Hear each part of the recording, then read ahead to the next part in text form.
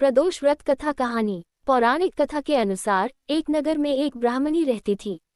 उसके पति का स्वर्गवास हो गया था। उसका अब कोई सहारा नहीं था, इसलिए वह सुबह होते ही वह अपने पुत्र के साथ भीख मांगने निकल पड़ती थी। वह खुद का और अपने पुत्र का पेट पालती थी। एक दिन ब्राह्मणी घर लौट रही थी तो उसे एक लड़का घायल अवस्था में कराहता हुआ मिला। ब्राह्मणी दयावश उसे अपने घर ले आई। वह लड़का विदर्भ का राजकुमार था।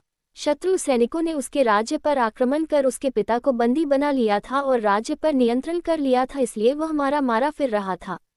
राजकुमार ब्राह्मण पुत्र के साथ ब्राह्मणी के घर रहने लगा। एक दिन अंशुमति नामक एक गंधर्व कन्या ने राजकुमार को देखा तो वह उस पर मोहित हो गई। अगले दिन अंशुमति अपने माता पिता को राजकुमार से मिलाने लाई। उन्हें भी राजकुमार पसंद आ गया। कुछ दिनों बाद अंशुमति के माता पिता को शंकर भगवान ने स्वप्न में आदेश दिया कि राजकुमार और अंशुमति का विवाह कर दिया जाए। वैसा ही किया गया। ब्राह्मणी प्रदोष व्रत करने के साथ ही भगवान शंकर की पूजा पाठ किया करती थी। प्रदोष व्रत के प्रभाव और गंधर्वराज की सेना की सहायता से राजकुमार ने विदर्भ से शत्रुओं को खदेड़ दिया और पिता के साथ फिर से सुखपूर्वक रहने लगा। राजकुमार ने ब्राह्मण पुत्र को अपना प्रधानमंत्री बनाया।